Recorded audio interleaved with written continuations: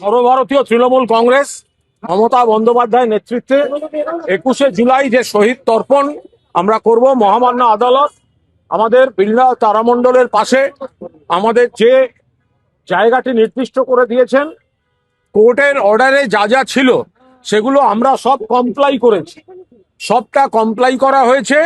এবং কমপ্লাই করার পর আজ মাননীয় সাংসদ ডেরেক ওব্রায়েন, বৈশ্বনাথ চট্টোপাধ্যায় এবং আমরা এসেছিলাম এখানে লালবাজারে পুলিশ কর্তাদের সঙ্গে একটা সহযোগিতামূলক পারস্পরিক সমন্বয়ের বৈঠক করার জন্য।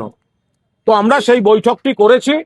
ঠিক 5:30টার সময় আমরা স্পট ভিজিটে যাব এবং পুলিশও থাকবে আমাদের স্পটটায়, যেখানটা আমরা কোর্ট আমাদের অনুমতি দিয়েছেন, যেখানে আমরা কোর্টের সমস্ত কিছু মেনে আমরা সভা যেটি করব তার যে প্রস্তুতি, তো সেটা আজ এখানে মিটিং করার পর একটা যৌথ আমাদের তো ইন্সপেকশন হবেই, তো আমরা সেখানে পুলিশও যাতে পরে আবার এই নিয়ে কোনো বিকৃত প্রচার অথবা কোনো রকম সমস্যা তৈরি, জটিলতা তৈরি না হয়, ফলে পুলিশও সেটা এগ্রি করেছেন। আজকে 5:30টার সময় আমরা এখন স্পট দেখতে যাচ্ছি। তারপরে এত কথা বলতে পারবো না, 5:30টার আগে আমাদের কাজ আছে। অভিষেক বন্দ্যোপাধ্যায় পার্টি অফিসে আমি এই নিয়ে এখন কোনো কথা বলবো না।